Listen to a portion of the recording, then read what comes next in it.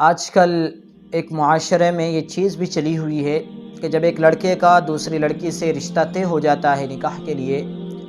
تو اس کے بعد وہ دونوں آپس میں بات کرنا شروع کر دیتے ہیں، یا تو آمنے سامنے ہی کر لیتے ہیں، ورنہ تو آج کل تو موبائل کا دور ہے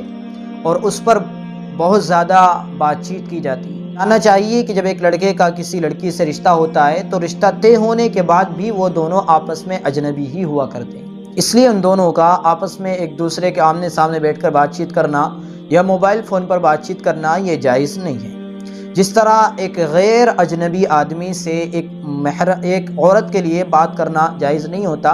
اسی طرح اگر کسی کا آپس میں رشتہ طے ہو جائے اور نکاح نہ ہوا ہو تو جب تک نکاح نہ ہو جائے یہ دونوں بھی آپس میں اجنبی ہوں گے اور ان کے لیے موبائل فون پر یا آمنے سامنے بیٹھ کر بات چیت کرنا جائز نہیں ہوگا۔ اس لیے ان تمام چیزوں سے احتیاط کرنے کی ضرورت ہے، اور رشتہ ہونے کے بعد